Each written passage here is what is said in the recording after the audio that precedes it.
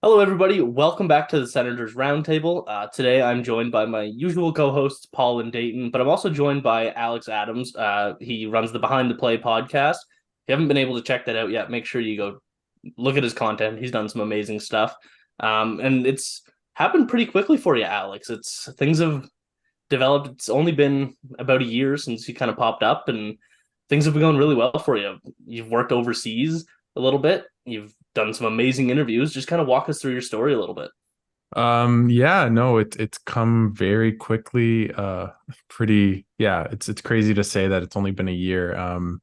Pretty lucky to start out knowing Ian Mendez a little bit, and he and Gord Miller through kind of different connections kind of got the podcast started. And then once I got that big foot in the door, I guess would be the right way to describe it. Then kind of everything kind of went from there, and luckily very cool to have met a lot of cool people in the hockey world and the sports world. So I'm very lucky. It's definitely not, um, you know, uh, I realize how fortunate I am. It's some hard work, but also just you know luck as well. But it's been really cool, and hopefully I'll be writing for the hockey news this year, maybe even at some games and stuff covering the team. So really excited for that, and thanks so much for having me on. You guys do some great work, so excited to talk some Sens, and thankfully, as it seems as though there's always a lot to talk about the Sens, and there definitely will today. Yeah, absolutely. And but you kind of alluded to that. There's a lot to talk about today. I just want to preface everything by saying it's a really exciting time to follow the Senators. There's a lot of positive stories going on. Today might be a little bit more on the negative side, just with some of the more recent news. But among all of us, there is a lot of optimism towards this franchise right now with the sale of the team, the signing of all the stars and everything. So we're not trying to be Debbie Downers or anything, but it's just the way this week has gone. So Paul, how you doing for the past week or so? Really good. Speaking of Debbie Downer, I wrote a piece on how Shane Pinto should just suck it up like a buttercup and take the alleged offer that's before him. But that created a lot of discussion, which is always good. Love to see that. Yeah, we'll get into that debate in a little bit. Dayton, how about you? How you doing? Yeah, pretty good. Seems like every kid at school is kind of on edge for some reason. I'm a teacher, if you didn't know, when I'm not a writer. And yeah, it's just been like several weeks of every kid in every school in the city being kind of just like vibrating. I don't understand it, but it's made the start of the year a bit of a whirlwind. Yeah, settling into the school year. I'm in the school system as well. A couple elementary schools. It's everywhere. Um, so first things first, the biggest news of the day, as we record this on Tuesday evening, is Egor Sokolov and Jacob Bernard Docker, or if you follow Elliot Friedman, Jared Bernard Docker, as he put in his tweet. Um, yeah, I don't know how that came up. But those are two significant waiver players put through waivers after the team already lost Lassie Thompson. Thompson didn't even go through one team. First team available got the claim. How are we feeling about this? Alex, I know you and I talked quite a bit last night about this. So just kind of give us your side of this situation. It is definitely interesting, especially on the back or the heels of the Lassie Thompson move, as you alluded to, because they've just put out the door, or potentially out the door, two first round picks and a second round pick. Now, those were a couple years ago. It's not as though they're waiving a top 10 pick or a top 20 pick from this year or last year. At the same time, it doesn't look good. It seems as though, if I had to guess, it's for cap reasons, as they're only $120,000 over the cap. If both those players waive or just clear, they'll gain. We were talking about this off air, about 1.8 million dollars. Now, is that enough for Shane Pinto? I don't know, but that definitely helps compared to 120,000, which is literally impossible. So overall, I don't think it's great asset management. I probably would have waived Parker Kelly Zach McEwen, who don't look very good in preseason. Kelly's been okay. McEwen, I would not say has looked great. So, but just guys that don't really have a future long term, right? They're more placeholders comparatively to JBD and Sokolov that do have some sort of NHL potential and are still pretty young. Although Kelly is a bit young at the same time, but I don't think has a long life in the NHL. So it's a bit perplexing, but also is something that they have to do. And you see a lot of teams put a lot of good players or young players on waivers. Just look at Elliot Friedman at 2 p.m. every day. There's a lot of players on waivers these days. So it's not just a Sens thing, to be fair to Pierre Dorion. Yeah, absolutely. And we'll get into the asset mismanagement in just a minute. But just on the surface, what do you think, Dayton, of the 2 or even the 3 waiver ads? I'm ticked off. I think it's a terrible move. I'm gonna come out guns blazing here. Putting Bernard Docker on waivers is a massive mistake. Last year he was one of their top 8 defensemen. Are you saying that he is not that this year? He's certainly better than some guys that are currently up with the team. So potentially losing him for nothing. He's a fantastic defensive presence. Was every time he got called up. That's a massive misfire on the Senators' part. With Sokolov, I understand why he would be sent down. He's a lovable guy, but he's gonna have a real hard time trying to make the NHL, and that's how it is.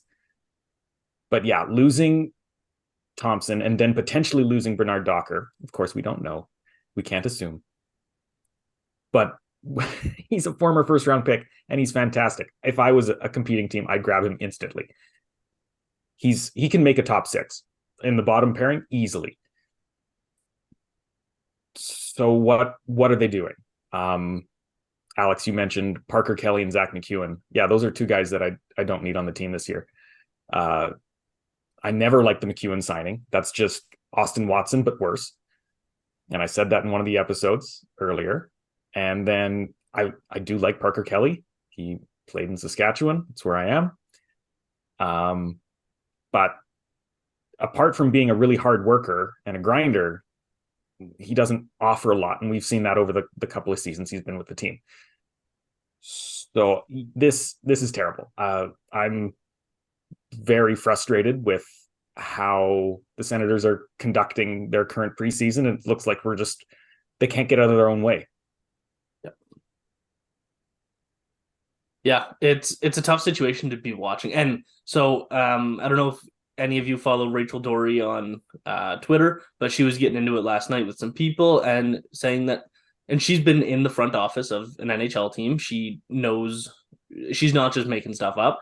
And she said that being a former first-round pick has value on its own. Obviously, Nail Yakupov, his value went plummeting. But like Lassie Thompson, Jacob Bernard Docker, there's value just from them being recent first-round picks. They're not equivalent to a first-round pick, but there is still some value there. Losing them on waivers is... We'll wait and talk about the asset management. I'll let you go first, Paul. Well, let me push back on everybody here. I'll come right to the point. I don't think Thompson, JBD, or Sokolov are NHL caliber players. Sure, they're first-round draft picks, but look, the reality is they've never made the team. They've never come close to making the team. And this year was probably their final shot at it, and they didn't get the job done. So if you're Pierre Dorion, look, it's time to move on. And as an old adage in business, don't fall in love with your investments. And sure, these guys were first-round draft picks, but there's been plenty of first-round draft picks in the NHL that never cut it. I think he deserves credit. Far from mismanagement, he's facing up to reality. If he's guilty of anything, it's making lousy draft picks, and these guys probably qualify as lousy draft picks. I put out a tweet last night going through 2016 to 2019, looking at the first 2 rounds of each draft. It's abysmal. I think so. There was 10 picks between those drafts in the first 2 rounds. 3 of them are hits, and that was Would it have been Pinto. Stutzla, Sanderson, and Greg? Yeah. Well, no. So I and only went to Sogard, 2019. I think, was the second round But pick. Yeah. Sogard, Pinto, and Kachuk. Those were the only good picks between 2016 and 19 Oh, ending at 19. Sorry. that have worked out. Yeah. Obviously, could have gone to 2020 and it looks way better. Could have kept going to 2021 and it looks worse. Could have went backwards to 2015 and it looks even worse. I don't know if you know the top 2 rounds of the 2015 draft. It was Thomas Chabot, excellent. Colin White, he got bought out. Jonathan Dahlin, he got traded and never panned out to anything. And then Gabriel Gagne, who never panned out to anything.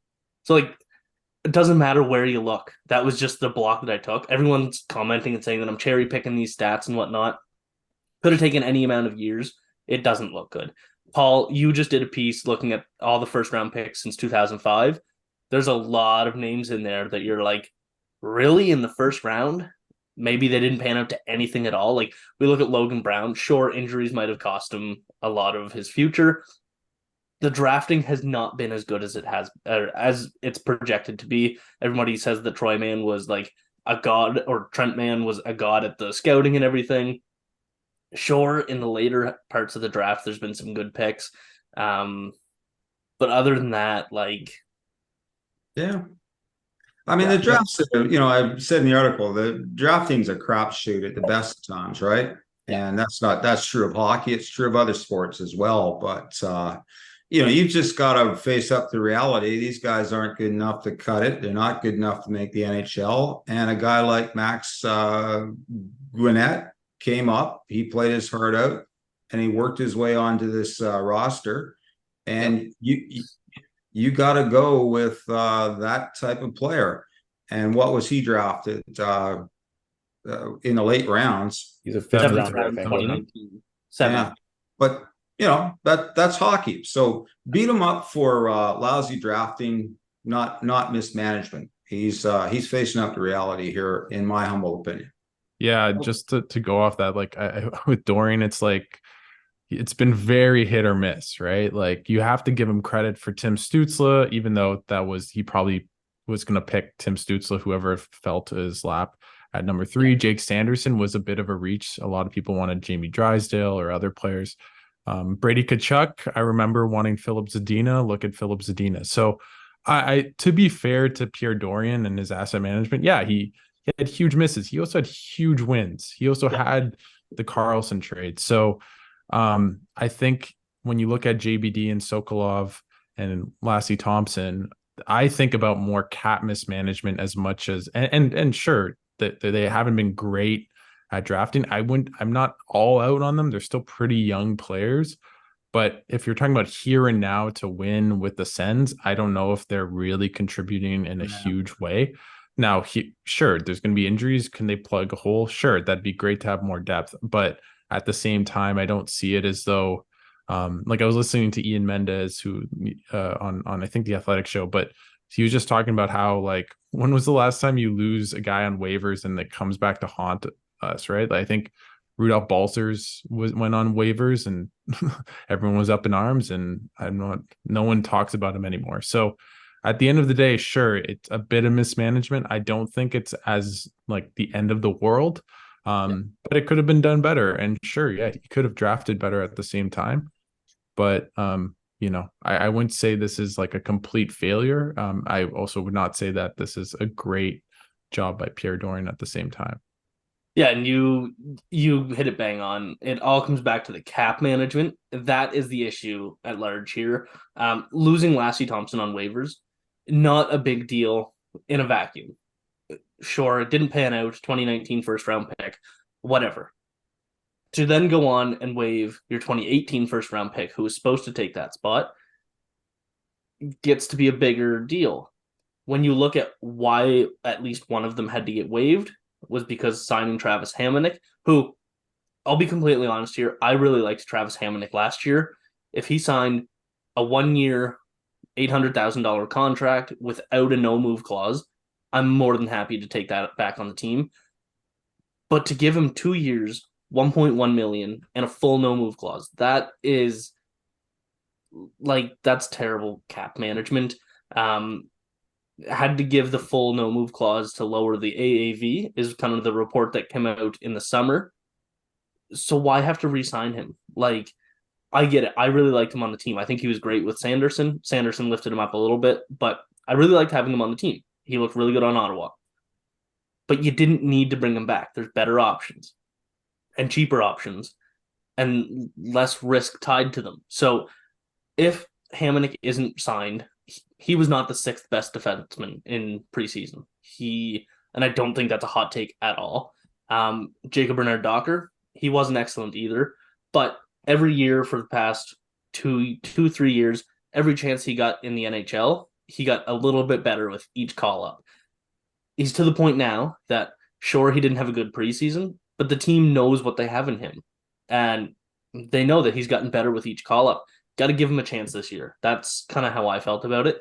Now, when it comes to the depth, there's still players I don't mind Jacob Larson coming up for injuries. Dylan Hetherington, I quite like his play actually when he comes up to fill in for injuries. There is the pieces still there. Max Gannett still being on the roster. I don't think he was a huge standout in preseason. He wasn't bad at all, but he didn't really stand out to me. You can send him down. Keep JBD on the main roster. Send Gannett down. Then figure it out. If you're going to trade Bernard-Docker, great. Get rid of him. Trade him for a 5th-round pick if that's all you can get. If you want Gannett on your NHL roster, you can wait and do that. Well, look, if it makes anybody feel better, I think Dorian's going to get away with this because I haven't seen JBD any announcement of him getting picked up. And what do we? He's got to be picked up in then 24 hours, right? Am I right on that? Yeah. So you won't hear until 2:00 tomorrow afternoon. Yeah. So this is just, I don't know. It's kind of the business, guys. You take a gamble. You have to. You can't keep everybody. So somebody had to be waived. And so the cap management, again, and this all really comes back down to Shane Pinto. This is where the problem is Shane Pinto. He's not signed. Ottawa doesn't have the money to sign him. Waiving Sokolov and Bernard-Docker is not going to give you enough money to sign him. There were reports by Elliot Friedman that Ottawa does have a trade in place that they can do. But they're not going to pull the trigger because they don't want to sign him to $2.5 million because they don't want to go that high. I think that that's foolish. Might just be me. Latest offer was 1.1 million. We could go on and on and on about the cap and how buying out Bobby Ryan, signing that Colin White deal, signing Michael Del Zotto, and signing Matt Murray. We could go way back to the Big Bang and talk about the where all the cap problems come from. But it doesn't matter at the end of the day, right? It is what it is. This is where we're at today. Yeah. I do think though that the Tarasenko move is something that really looms large in my opinion because it was like getting a luxury item that you didn't really need, and it's really put the Shane Pinto contract that's why we're in this position, right? You could say Korpisalo, but they probably needed a goalie. It made sense.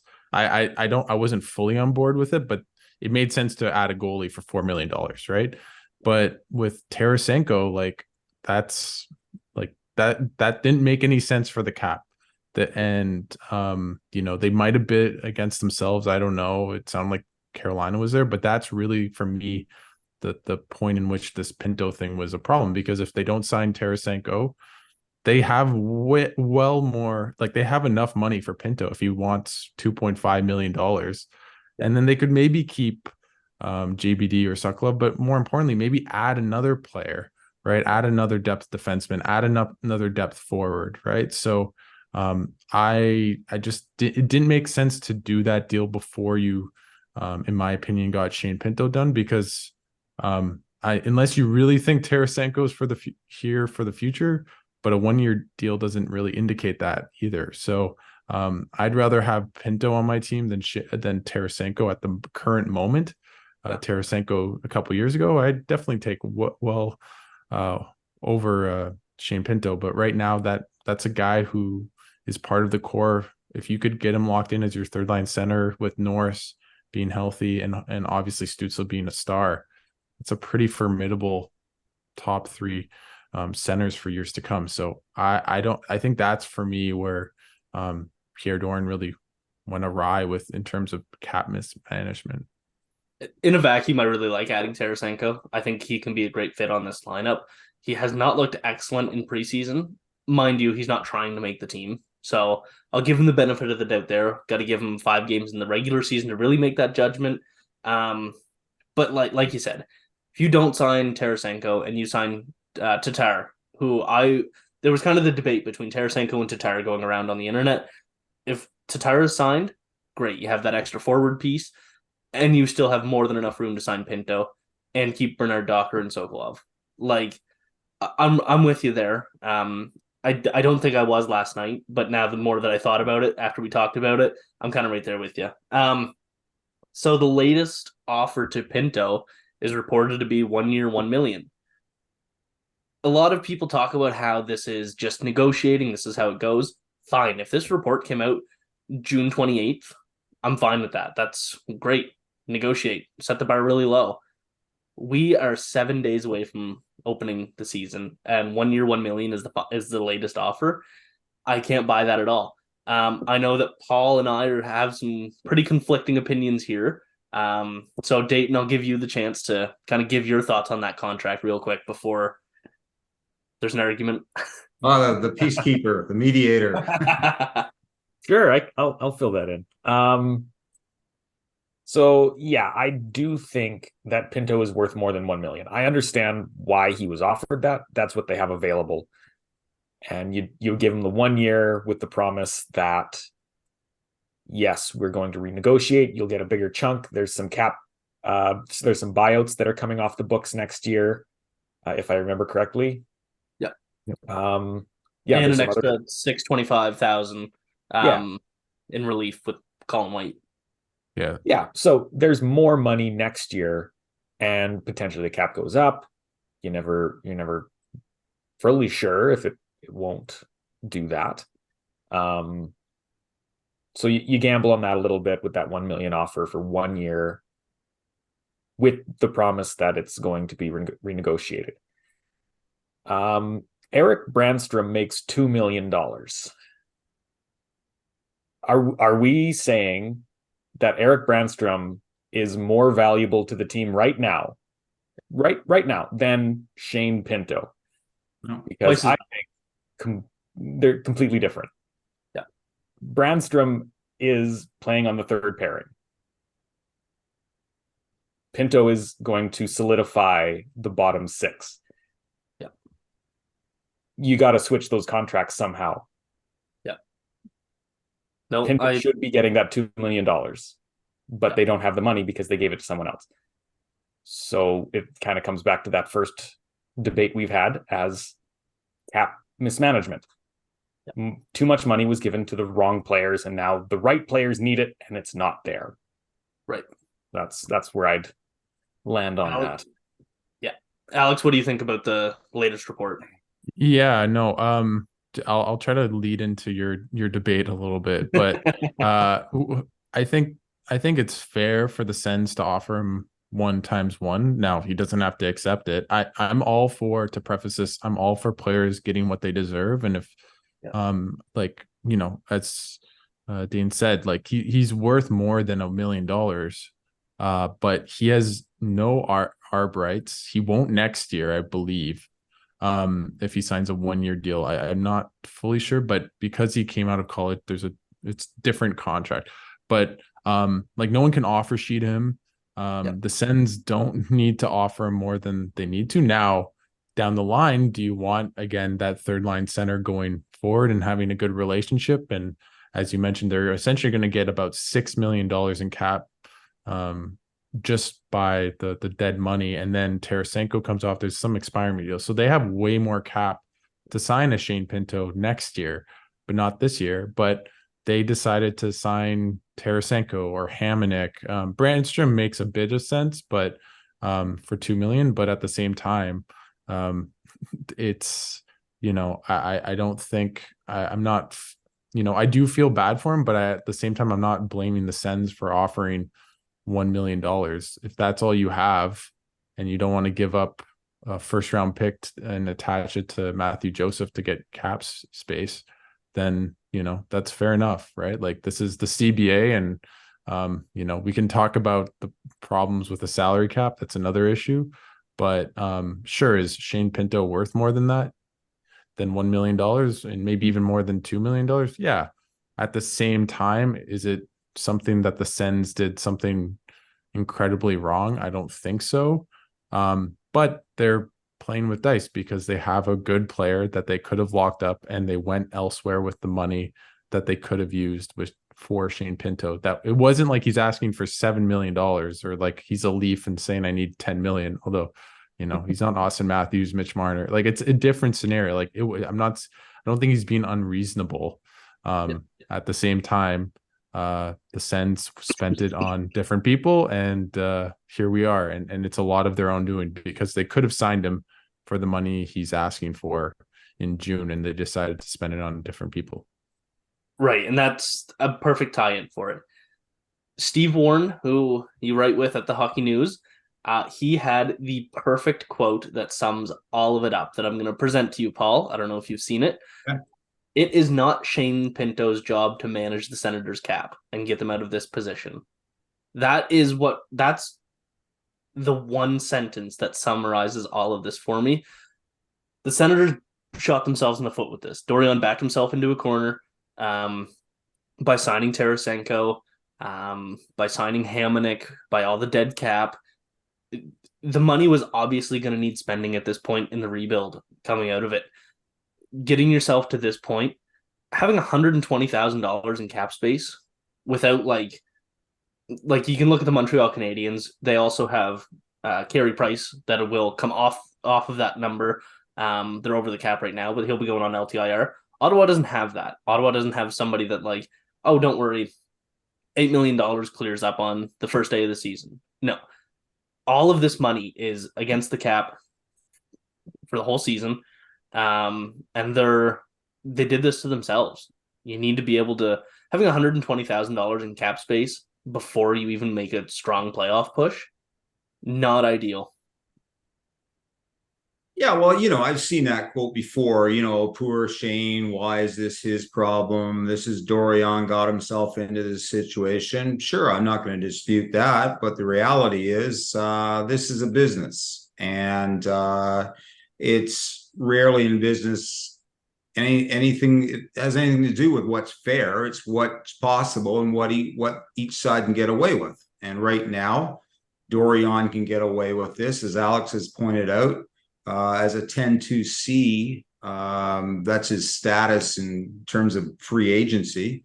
Yeah. He has got no bargaining power whatsoever. And but he does. He does now because Josh Norris has not played in the preseason yet. Well, okay, so that brings up a good point. They're staring at each other. It's eyeball to eyeball, and Dorion's betting that he doesn't need Pinto this season. They're not gonna be a cup contender. And then Pinto's betting that, well, with Norris questionable, they do need me.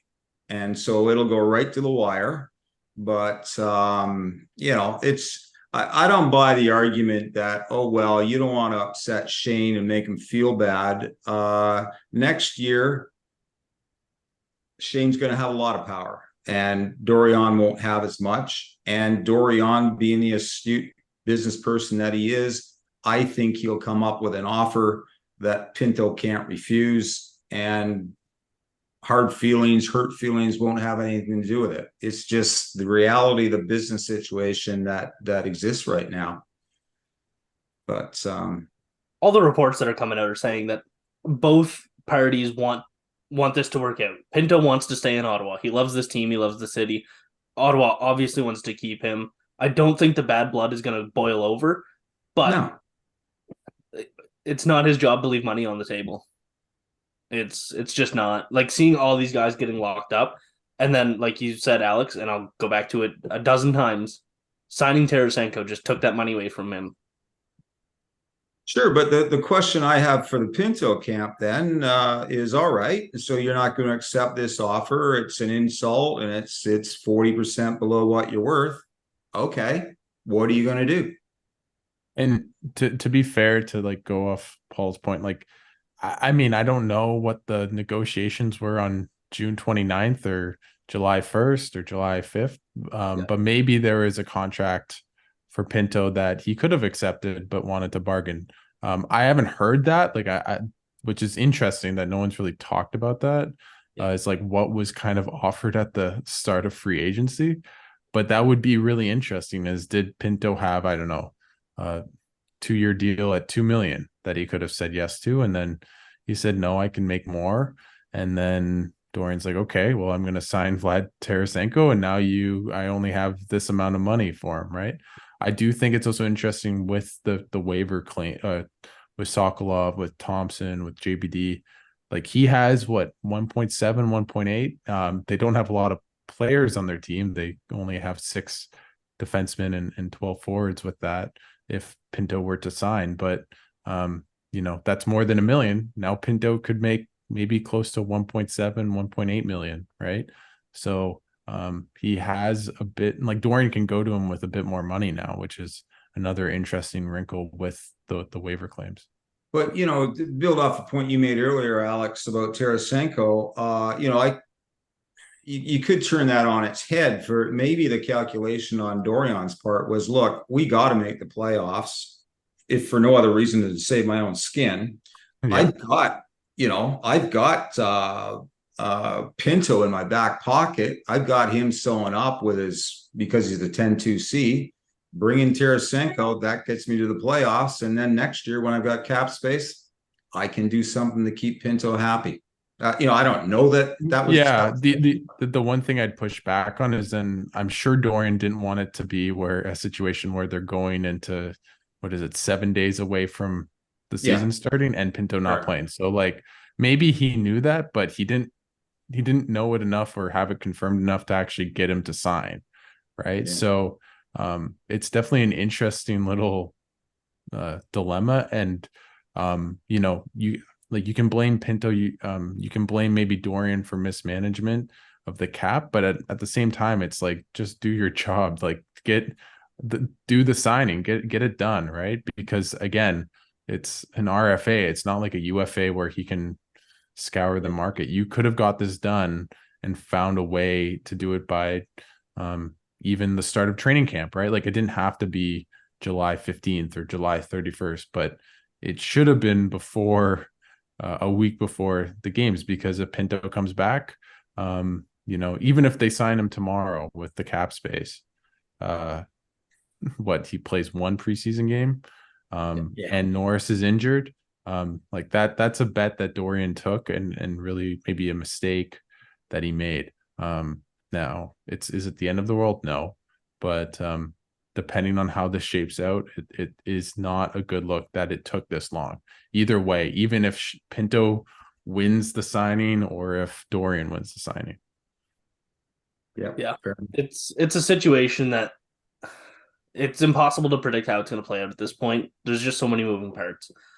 We could talk about this for another hour and a half. I'm sure we all have plenty of things to say. But right now, we're just going to kind of move on to our next couple points. We're going pretty far on time already. So before we do that, here's a message from the Hockey Writers.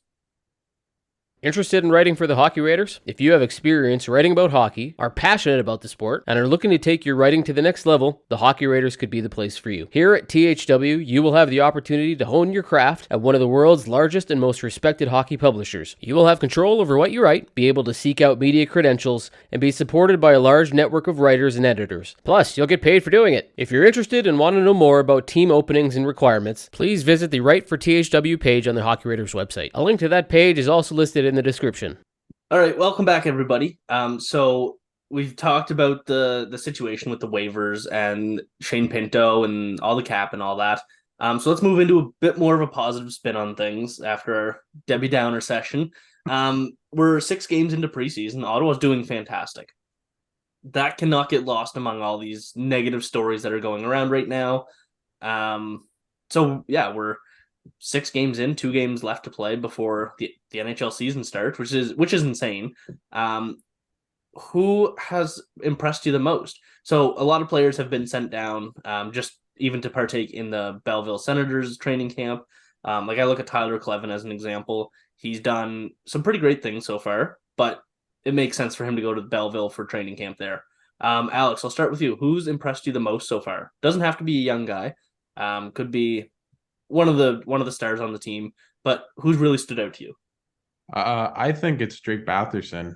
Maybe it's because he's playing at home for a couple of the games back in Nova Scotia, but for me, it's just he looks like the guy that was an all-star in 21-22, and before he got that high ankle sprain, he was playing at about a point a game that year, and him, Norris, and Tkachuk were playing really, really well together, and he just looks like he has that extra step. He's just a bit more dynamic. He always has a shot and is a pretty good playmaker, but I just feel as though he's taken his game up another level and looks really dynamic the way he did before his injury. And it kind of makes sense. Like high ankle sprains take a while to come back from. So he's someone that I just really am excited to see him play coming up to start the season. And it's nice to see that he seems like he's going back to where he was before his injury. Yeah, I agree. And as somebody who lives and was born and grew up in Nova Scotia, love to see it. I don't know what they put in the donaires here, but it really worked for them. Dayton, we'll go with you next. I'm going to go with Yuri Schmeichel. I think that the fact he's still on the team, right? Yes. I didn't miss something? Okay. Because last I saw he was on the roster, and I think the fact that he is still on the roster is a great sign. That was a nice little pickup they did during the summer. Filled out that bottom 6 really nice, and we can see that, yeah, that is the guy that the Senators needed on the bottom 6, and I'm happy that he's there. It's great. Yeah, he's got size, he's got skill, he's got good skating even for his size. So yeah, I agree with you. That's my pick. Paul, who do you got?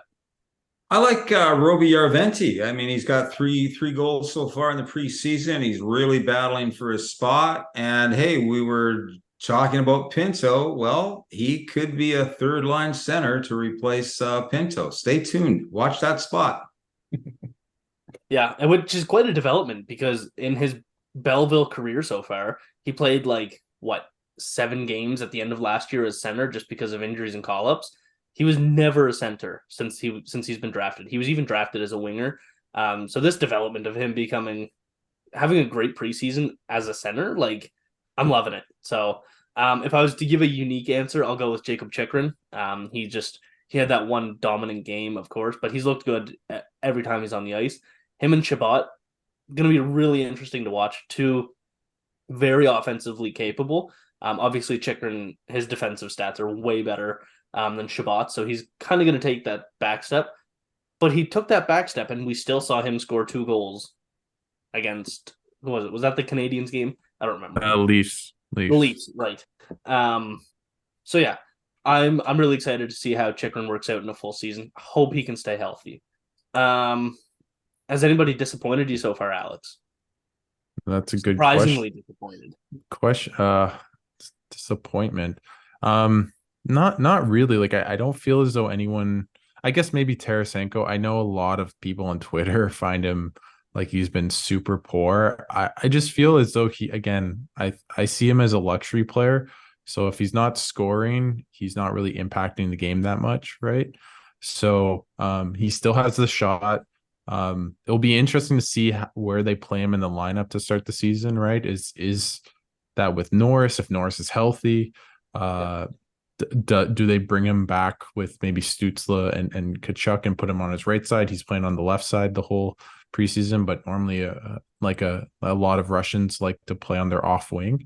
So it's really going to be interesting to see how he does. But I think, maybe a bit underwhelming, as you said, Jacob, it's preseason. He's a veteran. I'm not reading too much into it, but He hasn't stood out, and he is being paid $5 million. So hopefully when the season starts, he stands out and maybe gets 20, 25, maybe even 30 goals.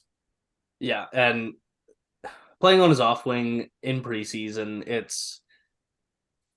I'm not going to read too much into it. I agree.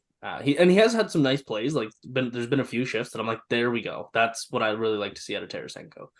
Paul? Well, I got to say Matthew Joseph. I mean, Really? he's worked hard. He skates like a demon. And, I thought we were going to punt him through the goalpost of life to get Pinto signed. At least that's what everybody was, he was the guy that everybody wanted to ship out of town to provide the cap space to sign Pinto. So I'm being facetious here. If you wanted to trade him, you're disappointed, is what I'm saying. That's Yeah, I got to consult my comedy writer here for a better way to phrase that kind of stuff. I don't know. Did you see Jacob's face? That was a fantastic reaction for He's him. probably what the I hell? thought you were saying I thought you were saying he was not playing well in preseason, and I'm like, you need to go rewatch those games. But no, Yeah. that's a fair point. If you were banking on him getting traded because he wasn't very good, then yeah, very disappointed. But You're disappointed. Yep. I'm very happy to see that he looks like he's kind of back in stride. And Well, it was unanimous. You go on social media, and he was the guy. Everybody was just blithely assuming, "Yep, he's gone." But I don't know. How do you like him now after training camp? I think that would be a tough decision for Dorian to make. And Can I jump in a little bit on that, or? yeah, absolutely.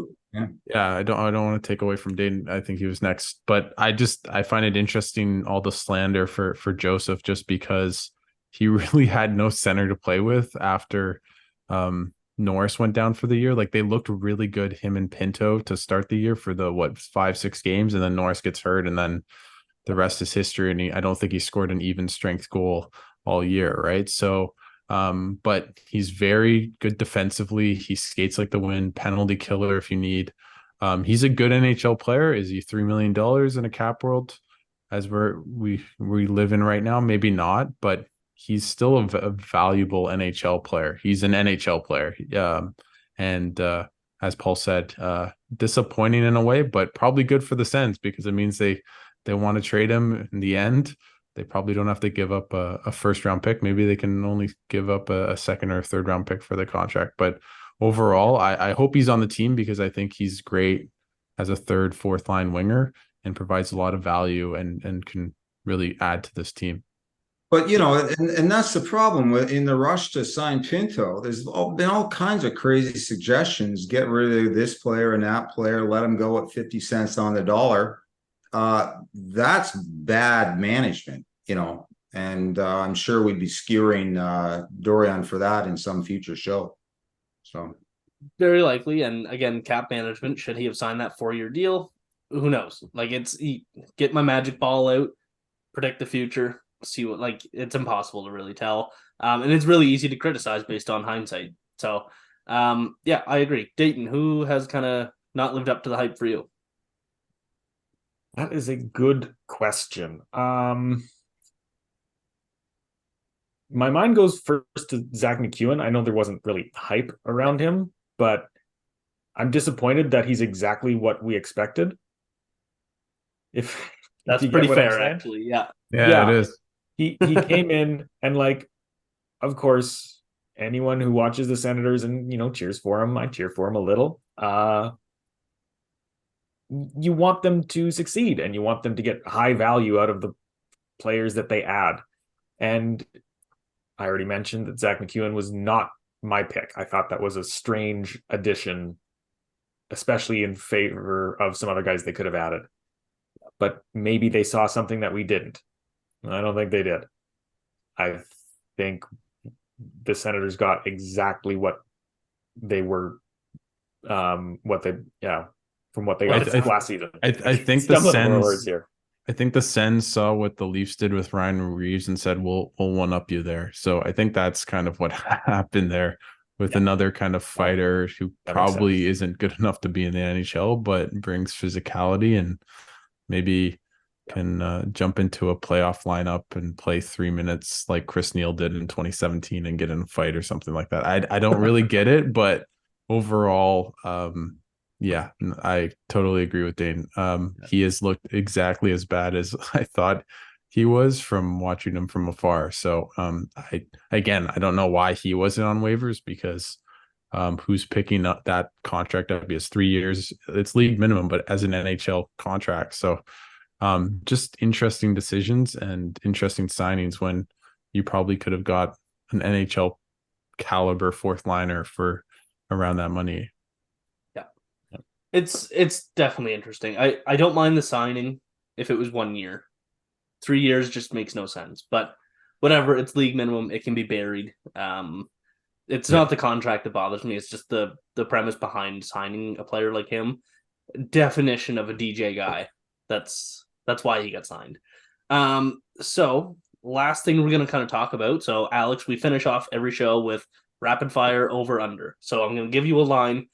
You give me over or under that line and just like a sentence defining why. So doesn't need to be too deep. So first up, I have 41.5 games for Travis Hamonic. You can start us off, Alex. I'm gonna put an asterisk and say if JBD is claimed, then Hamonic, I'm gonna take the under. If he is not claimed, then I'll take the over. Does that make sense? Basically, if he's not on the team, I got it backwards. But basically, if JBD is not on the Sens after tomorrow, then I think I'll take the over. And if he comes back, then I think he'll play a lot, and Hamonic will play less than 41.5 games. Yeah. Dayton?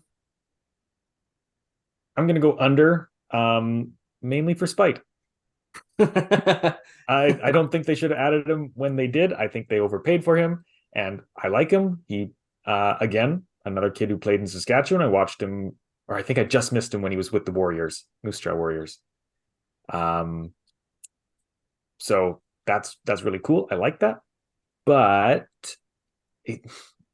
that's the guy that they wanted. They desperately wanted him. No, use someone else. So that's why I'm salty. I second that. Fair enough. Paul, what do you think? Over under half the season? I say over, and that's because what I really think you're asking here, Jacob, is whether somebody beats them out for a spot. And I don't think that will happen, but maybe Max Gwinnett could surprise everybody. Fair enough. And like you said, Alex, I have the exact same answer as you. If Bernard Docker is still here, I think he's playing in the NHL, and Hamonic sits. If he's not, then it's going to be Hamonic's job. I don't think anybody else is taking that from him at this point. If they want to call Clevin up and play with the two lefty with Brandstrom and Clevin, I'd love to see that. But who knows? But I will also take the asterisks on that. All right. Paul, we'll start with you on this one. Over or under 14.5 games for Roby Jarventie? Okay, so Jacob, what I think you're really asking here is whether Pinto gets signed or not necessarily. He could take a winger spot, or because he's not just strictly for that third line center spot. That's true, but on the Pinto theme, I'm saying he's it's under, because I think Pinto is going to be signed, and there won't be a spot for him as a third line center. But I acknowledge your point; could be a winger. Yeah, Dayton. I'm gonna go over. Quick little reason: I think that he has shown in the minors that he can be an NHL player. His call-up time is due, and injuries happen. He definitely deserves to be in the NHL for around 20-25 games. Okay, Alex? I'm going to go the over, and that's because I still am very wary of Josh Norris. And I don't mean that he's necessarily going to be playing third line center necessarily. I think he could play on the wing, but until I feel confident that if Josh Norris plays in an exhibition game and looks fine, on Saturday probably, then I might change this over under. But because I still feel a bit iffy until I see Josh Norris play more than a couple games consistently without getting injury in his shoulder, I just think there's probably going to be a spot for Jarventie, and injuries happen, right? So if he's, especially with Sokolov maybe gone, there's just not as much coming up the pipeline, and I think he'll be one of the first call-ups back up. So I'm going to say that take the over. I'm going to hit a home run on the over there. I think like 55, 60 games is my prediction. I know that 14.5 is the line, and I think that is a fair line, but I'm going to slam the over on that. Like you said, he's going to be the top guy for call-ups if he doesn't start in the NHL anyway. He's definitely at the top of the list. But he's also, of all the bottom 6 candidates, obviously the top 6 is locked in. He's been the best player of everybody that is trying out for a bottom 6 spot. Obviously Kubalik is a lock-in as well, so I'll kind of exclude him. But I think Jarventie's been the best player that is trying for one of those bottom 6 spots. And like you said, he's proved everything in the AHL so far. He's put in a lot of work there, and he's still very young. Like, he was drafted in the Tim Stützle draft, so he's 21. I don't know when his birthday is, but 21-ish. He could be a big surprise this year. So I really like what I've seen from him in preseason. Okay, we'll start with you again, Alex. Over or under 3.5 goalies used this season? So Ottawa hit 7 last year. This is just a complete crapshoot guess. But do you think that Korpisalo and Forsberg are going to stay healthy enough that they don't have to drop 2 more goalies and use Sogard and Miralainen? I'm praying as a Sens fan. I would say I would take the under, just because maybe they have a 4th goalie who's on the bench, but just in terms of live in-game action, I'll take the under, just because, yeah, Korpisalo's only played 39 games. That's the most he's ever played. Forsberg hasn't played a lot of load, but with the Sogard there as well, who has injury history, it's weird. The more I talk about it, the more I feel like I should take the over. But I'm gonna go under, because I think the Sens should be okay, and hopefully there's not like another injury like Forsberg literally tearing both his knees. I was there for that, so yeah. I mean, I was at the game. I didn't do it. So just overall, I'm going to take the under. I'm going to hit over. Let's go for 9 this year. No, I'm just kidding. Hopefully the under. What do you think, Dayton? 9 would be impressive. They don't have that many in their system. They'd have to be signing tons of guys. 4 more. Yeah. Mark Sinclair would be up. Oh, man.